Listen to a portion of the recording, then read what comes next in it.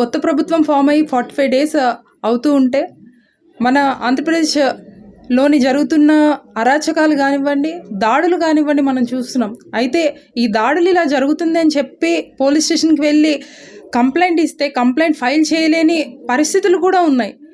అదేవిధంగా ఈరోజు మనం చూసుకుంటే మిథున్ రెడ్డి గారు ఒక ఎంపీ ప్రజాప్రతినిధిని ఆయన సొంత నియోజకవర్గంలోని ప్రజా సమస్యలు తెలుసుకుందామని వెళితే ఆయన మీద రాళ్లతో దాడి చేశారు. అయితే ఈ ప్రక్రియ ఏదైతే ఉందో దాన్ని నేను ఖండిస్తున్నాను. అదేవిధంగా ఈ దాడి ఎవరైతే చేయడానికి ప్రోత్సహించారో వాళ్ళని సివియర్ యాక్షన్ తీసుకోవాలని నేను డిమాండ్ చేస్తున్నాను. అదేవిధంగా ఈ ప్రజాప్రతినిధులకే రక్షణ లేకపోతే కామన్ పీపుల్ పరిస్థితి ఏంటని నేను ప్రశ్నిస్తున్నాను.